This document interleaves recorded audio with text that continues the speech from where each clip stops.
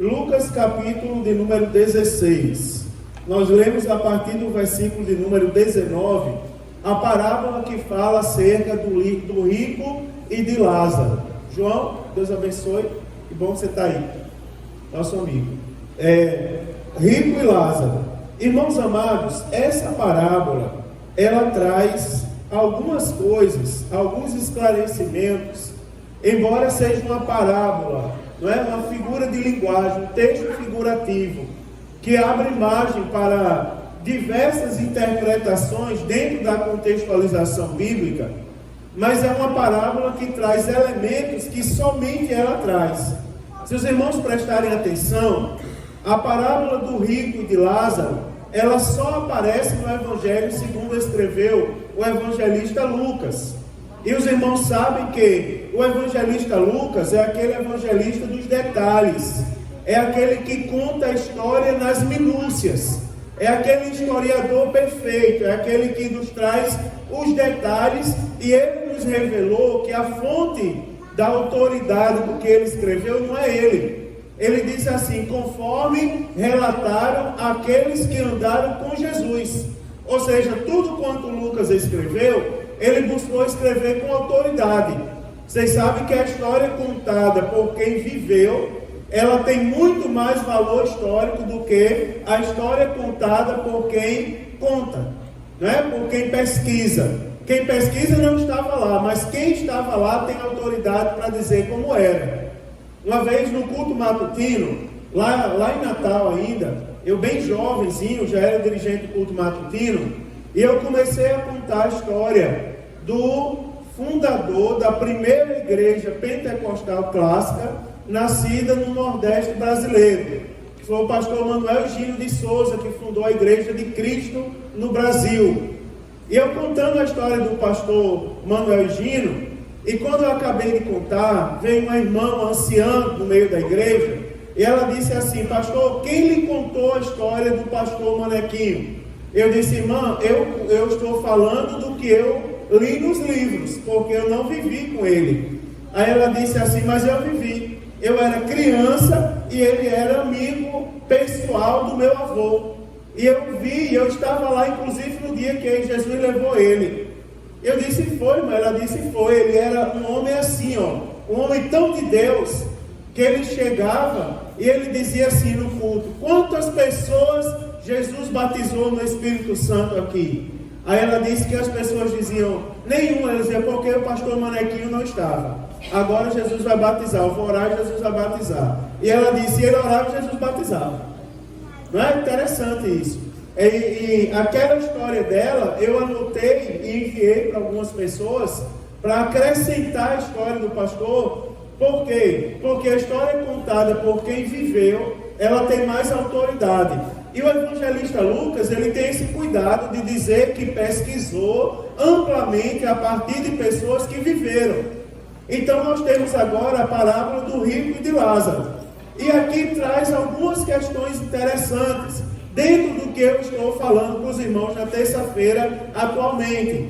Eu estou falando para os irmãos acerca do mundo vindouro. E eu já falei algumas coisas para os irmãos. Por exemplo, o que é que vai acontecer depois da grande tribulação?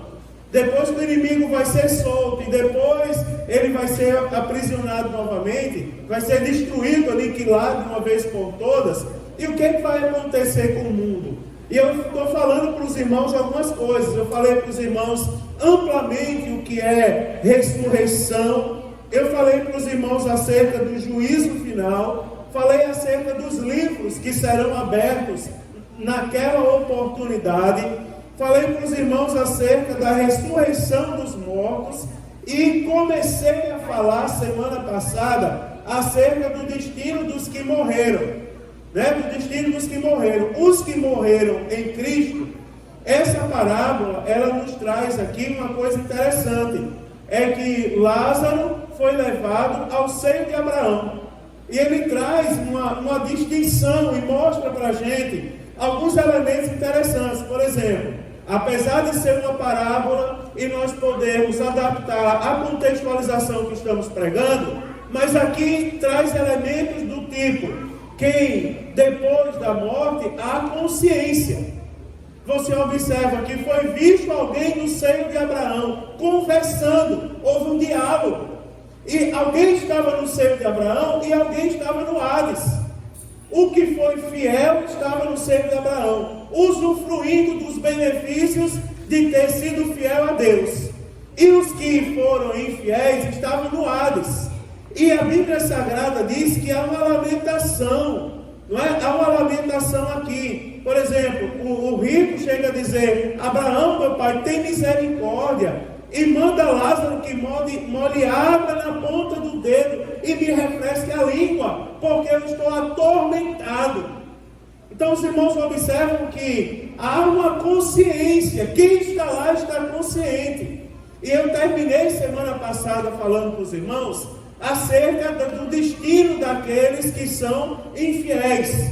Irmãos, eu lembrei os irmãos semana passada e vou lembrar hoje, que a Bíblia Sagrada, ela nos traz elementos e nos traz alguns conceitos, por exemplo, que nós não temos que nos perturbar com quem pratica iniquidade. Porque há uma preocupação, às vezes os irmãos, eu tenho cuidado de fazer com que os irmãos sejam leitores da Bíblia, porque alguns que não são leitores da Bíblia, às vezes influenciam negativamente, não é, irmãos? Outros que também não são. Por exemplo, irmãos, cá para nós, eu sou uma pessoa humilde, vocês sabem disso, mas eu vou lhe perguntar uma coisa, Michael. A gente precisa estar recebendo vídeo no WhatsApp de alguém que teve um sonho, e nesse sonho teve uma revelação de que o mundo vai se acabar, e de que o povo vai sofrer. A gente precisa disso? Porque tem pessoas que ficam mandando aquilo ali, dizendo, enchendo a paciência da gente: olha só o que esse profeta sonhou, com o mundo se acabando, com o povo sofrendo. Irmão, é só você ler sua Bíblia. Não precisa, isso já está revelado, isso já está na palavra de Deus. A gente não precisa, que tem pessoas sendo enganadas por isso. Não é? Tem pessoas que elas elegem alguns gurus. Vou perguntar o que o guru tem a me dizer. Nós não precisamos de guru. Nós temos o Espírito Santo de Deus conosco. E temos a palavra de Deus em nossa mão. O que a gente precisa saber, a gente pede sabedoria a quem pode dar. E Ele dá sabedoria e não lança em rosto. E não nos deixa ser confundidos em nada. Então, irmãos, está revelado na palavra de Deus que os que estiverem em Cristo não passarão a grande tribulação, serão arrebatados, tomados desse mundo. E eu tenho dito aos irmãos: lutem para serem tomados, lutem com todas as suas forças, abra mão das vaidades desse mundo. Tem pessoas, irmãos, que estão regredindo, que estão dando passo para trás. Tem pessoas que estão voltando a fazer o que fazia antes. Tem pessoas que estão voltando a usar o que usava antes. Não é o papel do pastor dizer, né? E exaltar e chamar a atenção para a volta de Jesus. Tem pessoas reivindicando direitos de quando era do mundo. Mas quando eu era do mundo eu fazia isso. Agora aceitei Jesus e não sou feliz. Então você não aceitou Jesus. Porque eu aprendo pela palavra de Deus e já preguei aos irmãos aqui na igreja que a felicidade do crente não leva em consideração as coisas desse mundo. Às vezes o crente não tem um pão para comer, mas ele está feliz cantando o hino da vitória, dizendo: meu Jesus, tu és bom, tu és tudo para mim. Aí o mundo não entende. Como é que pode? Você não tem nada, não tem onde cair morto, não tem um sapato para calçar, não tem uma roupa de marca para vestir. Aí a gente responde: cheio de Deus, mas eu tenho o Espírito Santo de Deus comigo, e a fonte da minha alegria está nele. Os irmãos foram pregar essas semanas aí, e o irmão me contou, disse: pastor, a gente foi pregar, quando chegou no lugar foi ligar a caixa de som na tomada. Aí o homem pegou e disse assim: o que vocês vão fazer aí? Vamos pregar. Não pode pregar não, tira a caixa aí. Quem foi que mandou vocês irem ligar a caixa de som aqui para pregar? Que não pode, tem que ter licença. Aí o irmãozinho simples olhou para ele e disse: quem mandou foi um general lá de Israel. Aí antes dele disse ele dizer o nome, mas ele nem deixou dizer o nome. Quem foi, homem? Disse: o general de Israel. Não, então liga essa caixa, deve ser um muito importante. Pode pregar à vontade aí. Se o general de Israel mandou, é porque ele tem autoridade para mandar. Ele é general. Não é, irmão? Quem tem Jesus é assim. Agora, quem não tem Jesus também tem um destino cruel. E nós também temos que saber o destino de quem não tem Jesus. Por quê? Porque isso deve gerar temor no nosso coração. Né? A gente não pode deixar de conhecer o outro lado. Os que morreram em Cristo, aliás, os que morreram em Cristo, eles ressuscitarão no dia que a igreja for tomada desse mundo. Né, irmão? Está na Bíblia. E os que morreram sem Cristo, eles estarão conscientemente lá no Hades. Eles estarão no estado intermediário, sofrendo tormentas, conscientemente, sabendo por que foram para lá. Eu quero acreditar que os irmãos que vêm ao culto de terça-feira não têm prazer nas coisas desse mundo, não querem ir para o Hades, não querem ser atormentados. Agora está chegando uma festa aí, que é o carnaval, é a festa do mundo. Vocês acreditam, vou falar uma coisa para chocar vocês, eu posso dizer? Digo amém. Olha, eu vou falar então. Pelo menos a turma da frente disse amém, eu não escutei muitos de trás. Mas você sabia que tem crente se preparando para ir assistir o desfile das escolas de samba lá na Beira Rio? Para ver o Raimundo e a rainha do carnaval sambando? Vocês acreditam nisso, irmão? Eu estou falando de consciência. Irmãos amados, nós não temos parte com isso. Não temos parte com isso. Não, o carnaval não faz parte do calendário do crente. Não faz parte. Eu vou dizer uma coisa. Naquele dia, haverão pessoas no Hades. Não é? Haverão pessoas no Hades. E eles saberão, meu Deus, enquanto os crentes estavam na igreja, dando glória a Deus e aleluia, não é? E louvando o nome do Senhor, e abrindo a Bíblia, ouvindo a palavra, por mais dura que ela fosse, eu estava sambando o carnaval. Por isso eu estou aqui. Aí ele vai dizer, manda Lázaro, não é? Molhar pelo menos o dedo, para molhar os meus lábios, porque eu estou sendo atormentado. Mas a Bíblia diz no capítulo 16 que havia uma distância.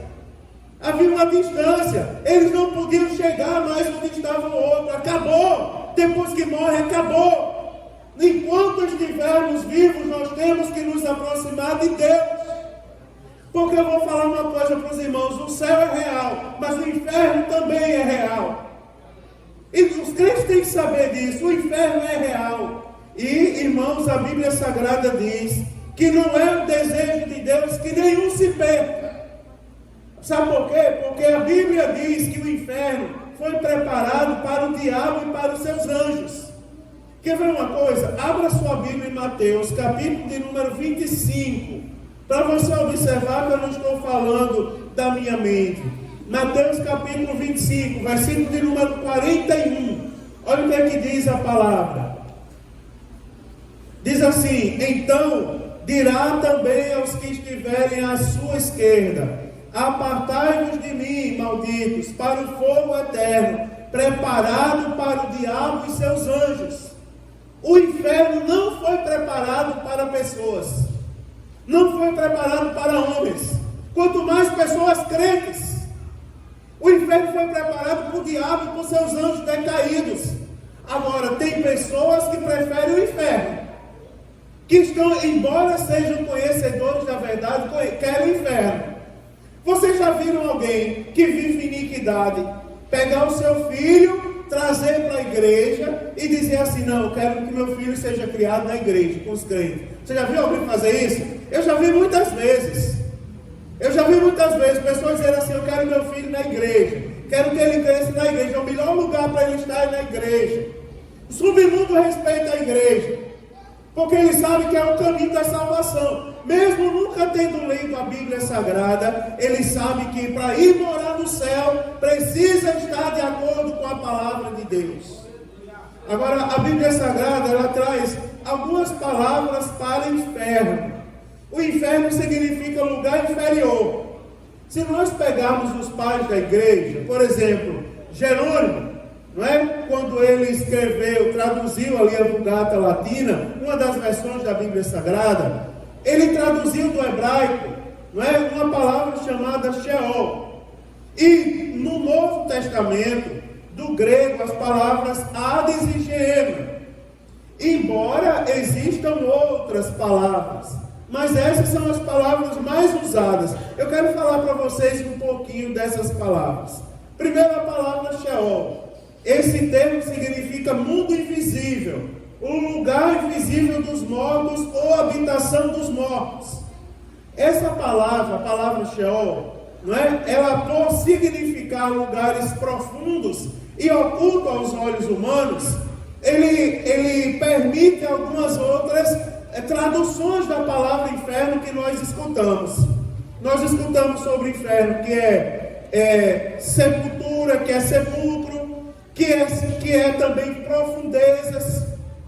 Algumas palavras que são oriundas de Sheol, que significa, tem por significado lugar invisível, lugar dos mortos. Não é, irmãos? Um lugar aonde que ninguém quer ir para lá. Mas acredite, muitos estão no caminho. Tá certo? Também a segunda palavra que eu quero falar é o Hades.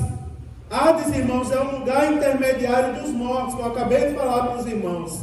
Não é o inferno ainda, é o estágio intermediário dos mortos sem Cristo. Os que morreram sem Cristo. A Bíblia Sagrada diz que onde eles foram. Eles foram para o Hades. É uma prisão temporária antes que venha o juízo. Os que partiram desse mundo sem Cristo, olha que coisa terrível. Eles estão conscientes em tormentos. E eles sabem o motivo de estarem naquele lugar. Irmãos, nós não queremos isso para a nossa vida, nem para a nossa casa. Comece a clamar a Deus. Irmãos, é interessante, a gente precisa voltar a um padrão de santidade. Não permita na sua casa palavrão. Não, palavrão não faz parte do vocabulário do crente. Não permita na sua casa músicas do mundo. Tem pessoas que não estão brincando, irmãos, com música do mundo? Estão brincando. Tá certo? Estão brincando. Eu estava ali varrendo a igreja ali fora. E a calçada da igreja, tirando o pó da calçada, que às vezes o irmão vem e escorrega ali. E daqui a pouco vem o carro. E quando o carro passou, chegou um determinado momento, aí iam as moças caminhando. E eu sei que daquele grupo de umas 10 moças, mais ou menos, tinha umas 5 ou 6 que eram crentes. E quando o carro foi passando, o homem ligou o som. Bum, no som. Daí as moças pararam e pegam e dançaram. E teve umas que pegou, botou a mão no joelho e começou a fazer um passinho do funk. Aí eu parei, fiquei em pé segurando a vassoura. Mas são crentes essas moças, deveriam ser. Eu estou falando de adolescentezinha não, irmão. Estou falando de moça já, não é velha, que já deveria saber, moça velha, que já deveria saber a verdade. Eu estou dizendo aos irmãos que isso não pode fazer parte da nossa vida. Diariamente nós somos tentados, irmãos, porque o diabo quer levar o máximo de pessoas possível lá para o Hades. Mas nós não podemos cair na tentação do diabo. Não podemos. Nós não podemos deixar entrar música do mundo, palavrões, coisas do cotidiano, roupas mundanas. Quer ver uma coisa, mas pastor, isso também, irmãos. O corpo também tem que ser santo. Tem gente colocando tatuagem. Jesus, eu não preciso colocar a tatuagem de Jesus para o povo saber que eu sou crente, não. Eu chego no banco, como eu entrei esses dias no banco, e a moça do banco disse assim: pastor, o que o senhor necessita? Aí eu olhei para ela e disse: a senhora me conhece de onde? É crente da minha igreja? Ela disse: não, você tem jeito de pastor. Já pensou? Não está escrito na minha testa, pastor.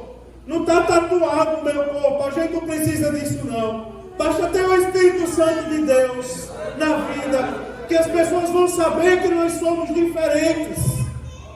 Quer ver uma coisa, irmãos? É verdade, dança, música do mundo. Quer ver uma coisa que o diabo está enganando muita gente? Eu vou dizer para vocês, e eu continuo na palavra de Deus depois disso. Roda de escarnecedores. A Bíblia diz que bem-aventurado é o varão que não anda segundo o conselho dos ímpios, não se detém no caminho dos pecadores, nem se assenta à roda dos escarnecedores. Eu vou falar para você, pastor, está sabendo de alguma coisa? Não. Alguém lhe disse alguma coisa? Não, até porque eu não aceito fofoca, não. Isso não faz parte da minha vida. Mas eu vou dizer uma coisa a você: se chegar alguém na sua casa para falar mal dos irmãos da igreja, repreenda. Em nome de Jesus, diga: minha casa não é roda de escarnecedor. Não é ambiente para escarnecedor se reunir, não. A minha casa é uma extensão da igreja. Aqui nós louvamos a Deus e adoramos o nome dele. E tem pessoas que é insistente. Eu já ensinei aqui outra vez como fazer. Vem cá, Mari, vem cá. Tá que nem aquelas garças vermelhas. Fica vermelha com meio crustáceo. Mas tanto caranguejo está mudando de cor. Agora, já pensou? Tem umas pessoas insistentes que vêm na casa da gente para falar mal dos outros. Vamos supor que esse rapaz veio à minha casa falar mal de alguém. E é daquelas pessoas insistentes: eu sou crente, mas eu queria dizer só uma coisa. Mas eu sou crente, mas pastor, só uma coisa. Daí eu vou fazer assim: peraí, antes eu vou fazer uma oração. Quase que a oração do saculeiro. Mas pega essa pessoa, se possível, abraça. Se não for possível, simplesmente bota a mão no ombro, fecha os olhos com ela e diga: Senhor, eu não quero ir para o Hades. Eu não quero sofrer tormento. E eu sei que o teu servo também não quer. E ele veio à minha casa para trazer notícias boas, para falar as boas novas de salvação, trazer a tua presença com ele. Pois esse lugar é um lugar santo. Aqui não entra a vida alheia, aqui não entra a falação de ninguém, aqui não entra palavrão, aqui não é roda de escarnecedor. Nos abençoa e que a tua presença seja sentida em nome de Jesus. Agora diga o que você veio dizer. Eu duvido que ele fale mais mal de alguém. Fala não, fica mudo, calado. Bota para lá. Não fala, irmãos, isso não é brincadeira, isso é verdade. Não aceite roda de escarnecedor na sua casa. Lembre-se de uma coisa: quando eu estava ensinando sobre o pecado aqui, eu ensinei para os irmãos. Isso aqui é complexo, porque eu ensinei para os irmãos o seguinte: eu disse, irmãos, lembre-se que o pecado tem os seus sinônimos. E quando eu estava falando dos sinônimos do pecado, eu citei de aquela pessoa que é escarnecedor, não, transgressor. Eu disse, um dos sinônimos do pecado é transgressão. E eu disse assim, irmãos, quer ver uma coisa? Quem olha para a gente não sabe das nossas transgressões. Agora, o mesmo Deus que abençoa, Ele nos conhece por dentro e por fora. E eu disse, veja que coisa terrível será o povo olhando para a gente dizendo, é uma bênção, está cheiroso, não é? Está com um sorriso no rosto, está animado, está cheio de Deus. Você imagina o povo dizendo isso da gente, como é bom. Agora você imagina o céu olhando para a gente dizendo, transgressor. Que a gente engana o povo, mas no céu ninguém engana. Deus ninguém engana. Por isso que eu estou dizendo, cuidado, cuide da sua vida nos mínimos detalhes. Não precisa, irmãos, ir para o lugar da iniquidade. Tem obreiros na nossa igreja, agora teve ordenação de obreiros. E tem algumas pessoas falando mal de mim por aí, irmão Davi, para variar um pouquinho. Porque disse assim, meu Deus, o pastor podia ter mentido para o seu obreiro. O pastor podia ter dito que eu frequento a escola dominical. Ele pode mentir. Eu digo, rapaz, mas como é que vai ficar a tua consciência, rapaz? Tu pegar o microfone da igreja, um presbítero que foi a presbítero porque alguém mentiu para ele ser presbítero. Você imagina, quando tu pegar a igreja, o microfone para dar a bênção apostólica, todo mundo esperando que um presbítero dê a bênção apostólica, e o céu olhando, dizendo, pobre coitado, foi a presbítero porque alguém mentiu. Alguém disse que ele tinha os requisitos sem ele ter os requisitos. Eu louvo a Deus porque as mãos estão limpas. Cadê um que foi consagrado? Aquele eu levei evangelista, eu menti para você ser evangelista? Aquele ali também foi mentir para você ser evangelista. Em nenhum ponto, meu irmão, para a glória de Deus. Vocês são homens honrados, são pessoas que têm a consciência limpa. Porque, irmãos, há um estágio intermediário. Há um estágio intermediário. O inferno tem outros nomes. Por exemplo, o inferno também é chamado de abismo. Você imagina, um crente caindo no abismo. O inferno também é comparado ao fogo eterno. Vergonha e desprezo eterno.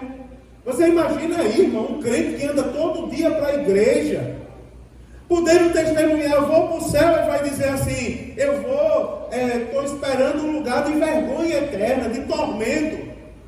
Não é um lugar terrível. Você imagina, o inferno também é chamado de tormento eterno, vergonha, desprezo, fogo, castigo eterno.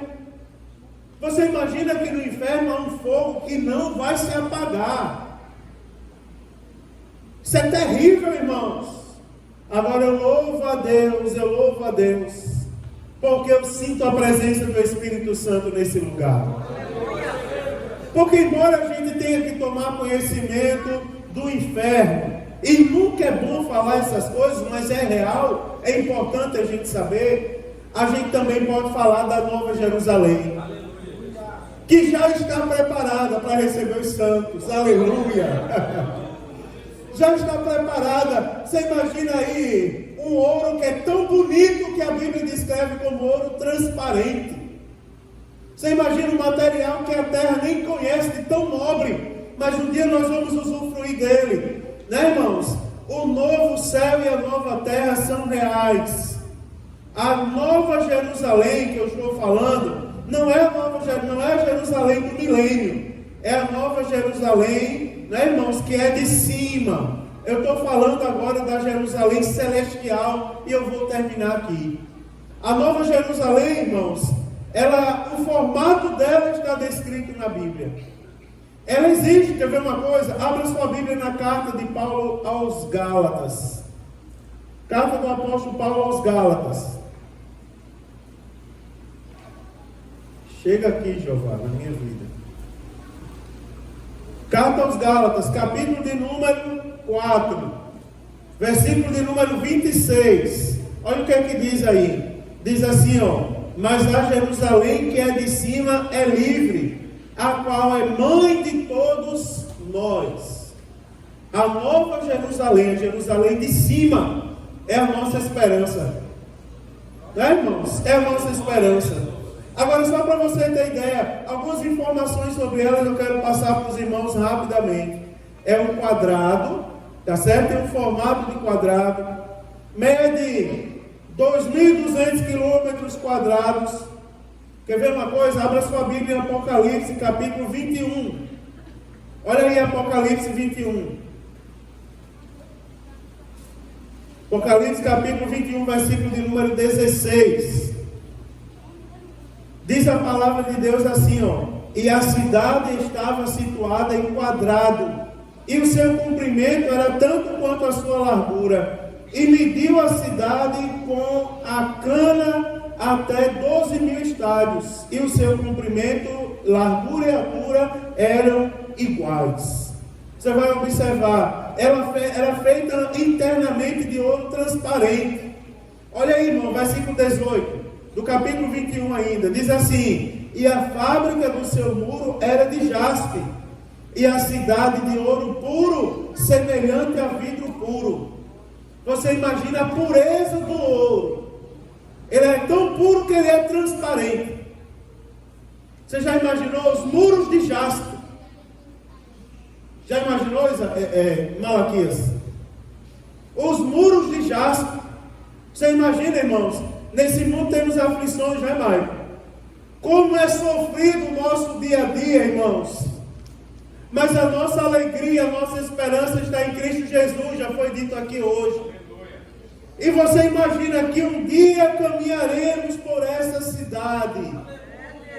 Quer ver uma coisa, irmão? Essa cidade é um memorial. Nós não podemos esquecer as coisas que Jesus faz.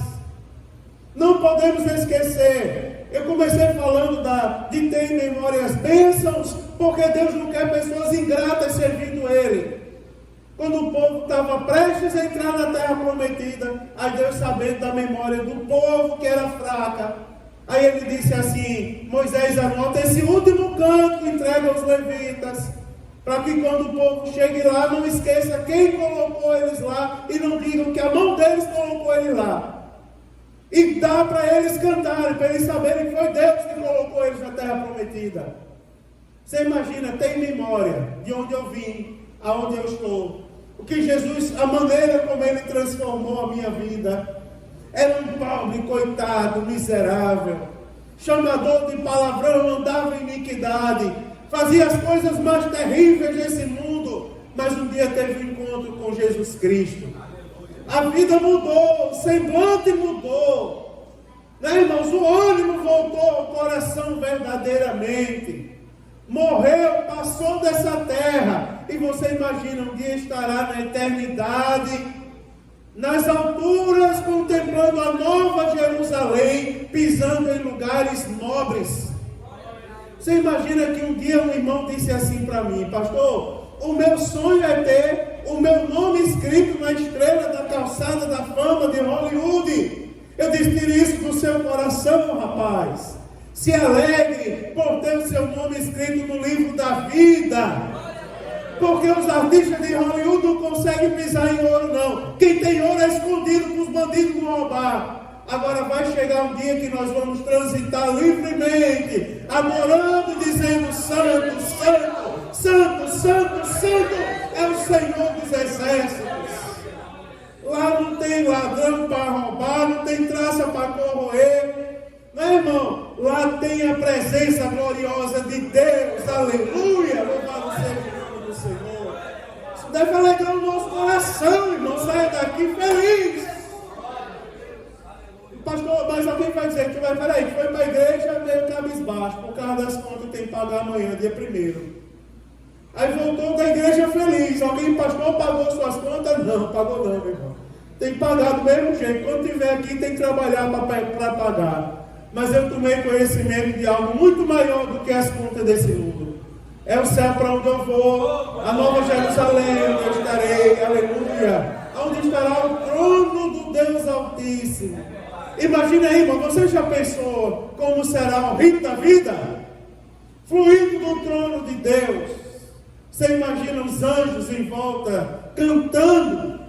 Vocês imaginam, os irmãos, tem irmão da orquestra ali que diz às vezes, irmão Nerecy, a mim, pastor, quando é domingo que eu pego essa orquestra, esse instrumento para tocar, é uma luta tão grande, dá um peso às vezes para chegar ali e soprar o instrumento, mas vai chegar um dia que o sopro vai ficar leve.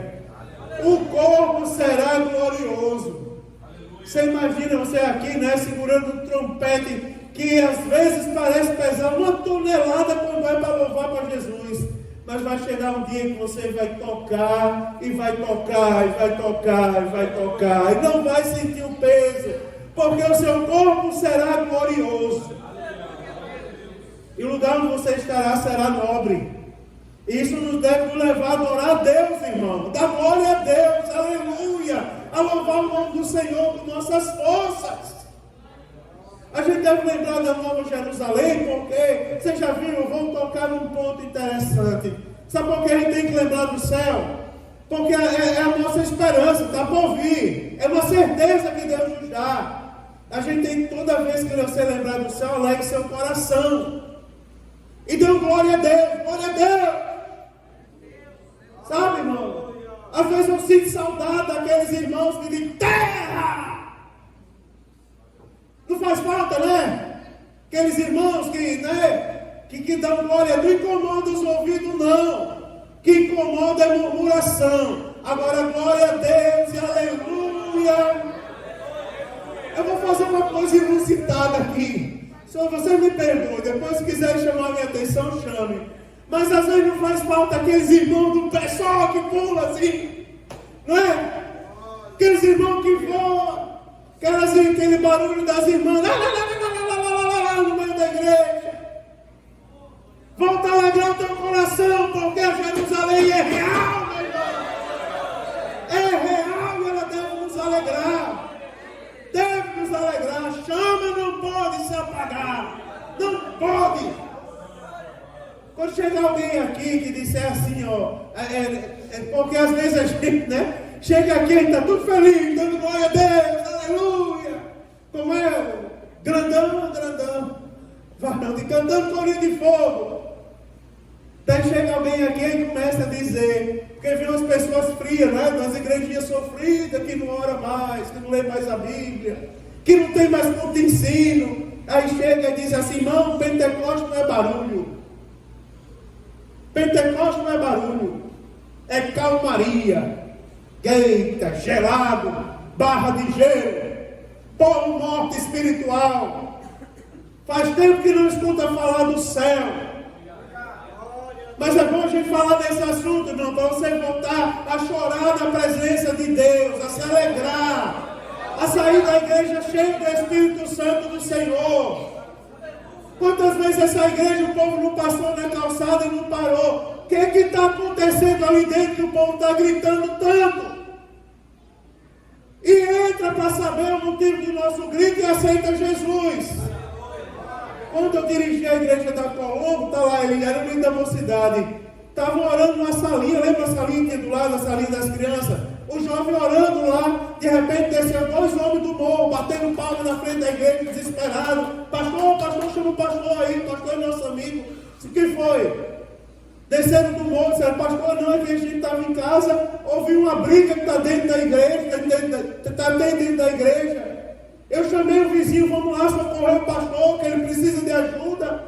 Aí eu peguei, olhei para ele, eu disse, você quer saber que briga é essa? Ele disse, quero. Eu disse, a briga é contra o mal, homem. Peguei na mão dele, abri a porta da salinha, estava um jovem de joelho, tudo chorando na presença de Deus, tudo dando glória a Deus, falando língua estranha. Aí o homem começou a chorar e disse, que barulho é esse, pastor? Não estou entendendo. Eu digo, meu amigo, aceite Jesus e faça um voto de ser fiel a Ele, porque Ele vai te encher, sabe, de uma pessoa da Trindade chamada Espírito Santo. E você vai ver como é bom dobrar o joelho e dizer glória a Deus, louvado seja o nome do Senhor, Jesus para todo sempre.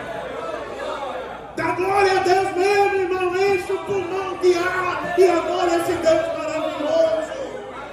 Ninguém manaia, sobe camarada. Lembra no teu coração, Jesus está aqui, meu irmão.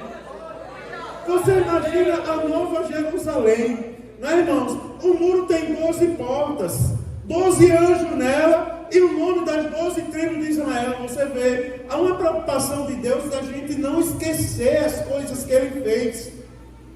Você imagina uma preocupação da gente saber o que o nosso Deus é capaz. E olha que o que a gente sabe sobre Deus é o mínimo possível. Mas o que a gente sabe já é motivo para a gente glorificar. Você imagina atravessar o mar a pés enxutos. Quando você lembra as 12 tribos de Israel, você imagina aí a praga comendo do Egito, mas não entrava morte na casa de quem tinha a marca do sangue do Cordeiro.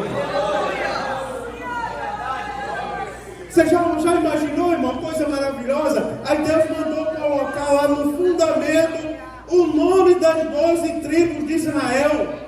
E em cima, né, irmão? Aliás, das portas, o nome das 12 tribos. E no fundamento era o nome dos apóstolos. Não é, irmãos? Adornados com pedras preciosas. O nome dos 12 apóstolos, irmão, é para nos lembrar o quanto valeu a pena. É para a gente olhar para as bases da Nova Jerusalém e dizer, valeu a pena sofrer. Valeu a pena esperar. Valeu a pena glorificar. Valeu a pena andar na contramão do mundo. Não é? Todo dia já hoje disseram, pastor, vai para o culto, homem. Vai para o culto hoje assim, mas ensina teus obreiros, que a gente tem que ser mais leve hoje em dia. Está falando de roupa mesmo. Vai de camiseta, pastor.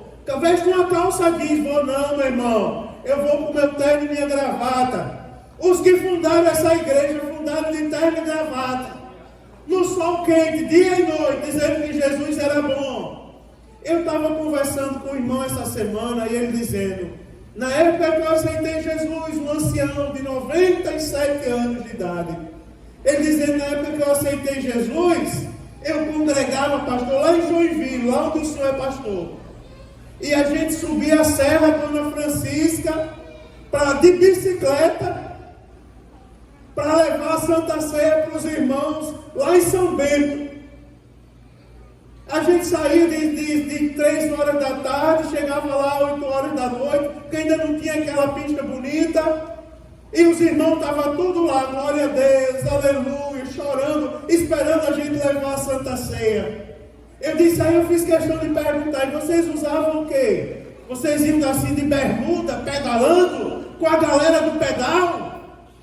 E levavam o terno numa sacolinha para chegar lá, mudar de roupa? Não, senhor, porque no caminho a gente ganhava alma para Jesus.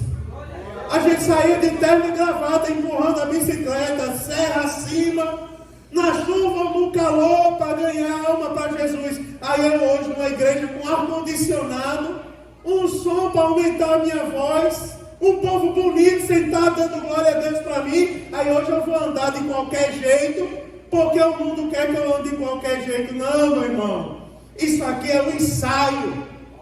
Para as pessoas falar de céu hoje em dia, não é? Para falar de céu é coisa do passado, rir da gente. Pode rir, mas eu vou chegar lá um dia e vou dizer, valeu a pena, valeu a pena.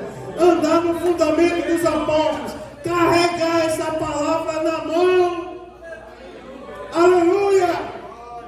E anunciar tudo a todos o que está escrito aqui, meu irmão, que é para a nossa salvação. Eu vou terminar em nome de Jesus, está na hora. Os muros, a cidade não tem templo. Sabe por quê, irmãos? Sabe por que a cidade não tem templo? Pois o templo é o próprio Deus que estará na cidade.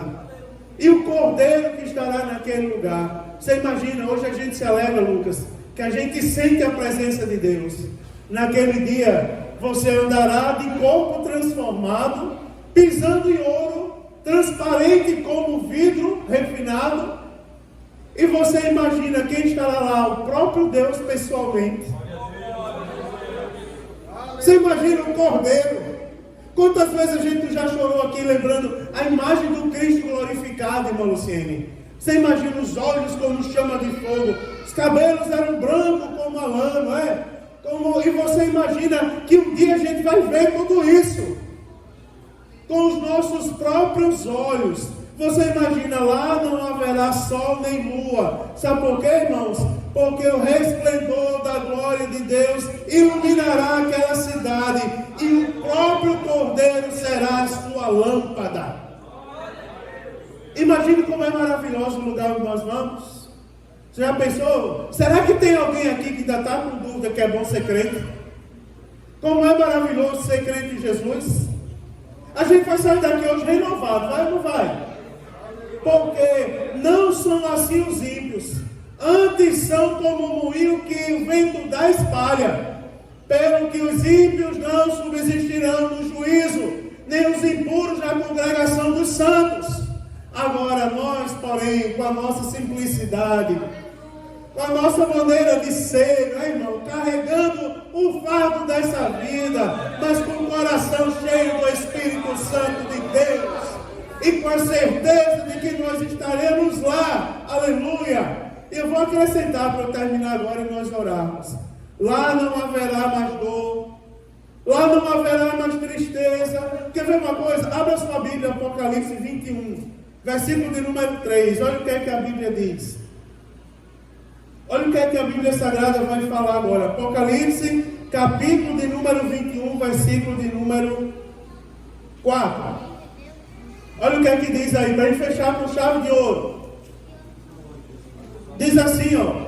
Às vezes passa no coração de algumas pessoas, será que vale a pena? Vou dar a resposta agora. Aí você vai dizer se vale a pena ou não vale. Porque o versículo 4 diz assim: e Deus limpará dos seus olhos toda lágrima. Você pode dar glória a Deus por isso? Você imagina, e Deus limpará dos seus olhos toda lágrima, toda lágrima, toda lágrima. Viu, Graça? Jesus vai limpar dos nossos olhos toda lágrima. Toda. Aleluia, viu, Lucas? Toda. Olha o que a Bíblia diz aí no versículo 4. E não haverá mais morte nem pranto. Não haverá mais clamor, nem dor. Olha que lugar maravilhoso. Não haverá, meu irmão, lá não haverá mais dor, nem tristeza, nem solidão, nem sofrimento, porque a Bíblia Sagrada diz assim, no versículo 5, no versículo 4, diz: não haverá, porque as primeiras coisas são passadas. Ou seja, as coisas desse mundo passaram de uma vez por todas. Jesus tirou, irmãos, o próprio Deus habitará no meio do seu povo.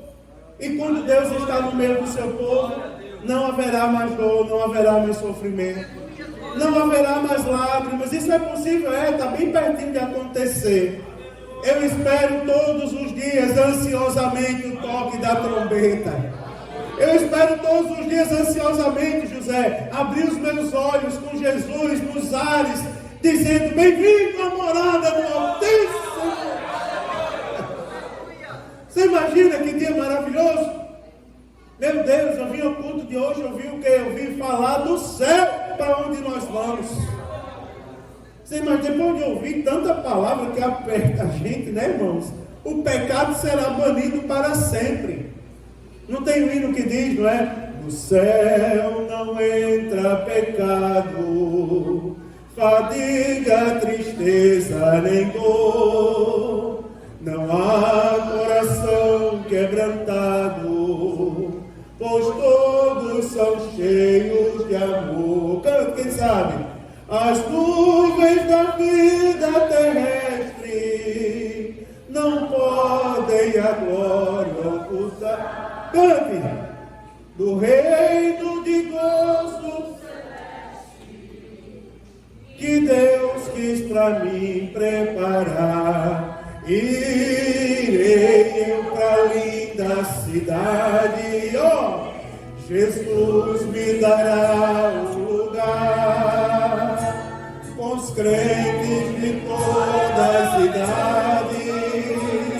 A Deus hei de sempre louvar. No céu tenho muitas saudades, aleluia, da glória que lá hei de ver. Oh, que gozo vou ter quando eu vi meu Senhor, rodeado de grande esplendor. Aí diz: o céu o luto é banido. Olha, enterros não hão de passar, sepulcros jamais são erguidos, lá mortos não vou encontrar. Cante! Os velhos serão transformados, mudados nós vamos ficar. Vocês! Aleluia! Fique de pé, nós vamos agradecer a Deus. Irei eu para a linda cidade, Jesus me dará um lugar. Você pode erguer a mão? Os crentes de todas as cidades, aleluia! A Deus hei de sempre louvar. Do céu tenho muita saudade, da glória que lá hei de ter. Oh, que gozo vou ter quando eu vi meu Senhor, rodeado de grande esplendor. Vamos adorar o nome do Senhor, vamos glorificar a Deus. Vamos agradecer a Deus, vamos agradecer a Deus por isso. Aleluia! Quero convidar a irmã do círculo de oração para orar pela gente. Irmã Deusira, vem cá. Irmã Deusira vai orar por nós, vai agradecer a Deus. Jesus está aqui falando ao nosso coração. Volte a chorar.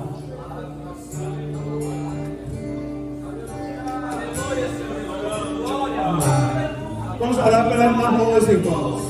Vamos pedir a Deus pela cura da irmã Rose também, em nome de Jesus.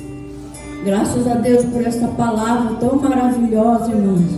Quando o pastor estava falando ali, não sei se, acho que uns 20 e poucos anos atrás, eu tive uma experiência nesta igreja. Uma experiência muito maravilhosa, irmãos. Não foi combinado com o pastor, mas é o Espírito Santo que trabalha, Ele que faz todas as coisas. Nós não sabemos nada, mas o Espírito Santo sabe. O Espírito Santo me tomou com um poder tão grande. Tem irmão do círculo de oração aí que está aqui, que estava junto aquele dia. E as irmãs sabem que eu sou meio tímida, não gosto de estar andando para lá e para cá. Daí o Espírito Santo me ergueu e eu pensei, vou sentar no banco. Para mim não. Eu vi o que eu estava fazendo, mas não podia parar. Quando eu fui sentar no banco, veio aquele poder e me ergueu para cima assim, irmão. Que não tem como nós pensar que o Espírito Santo não vai pegar uma pessoa de 100, 200 quilos e vai levar. Porque foi um poder tão grande, tão grande. Daí nós estávamos conversando com a irmã Marilene.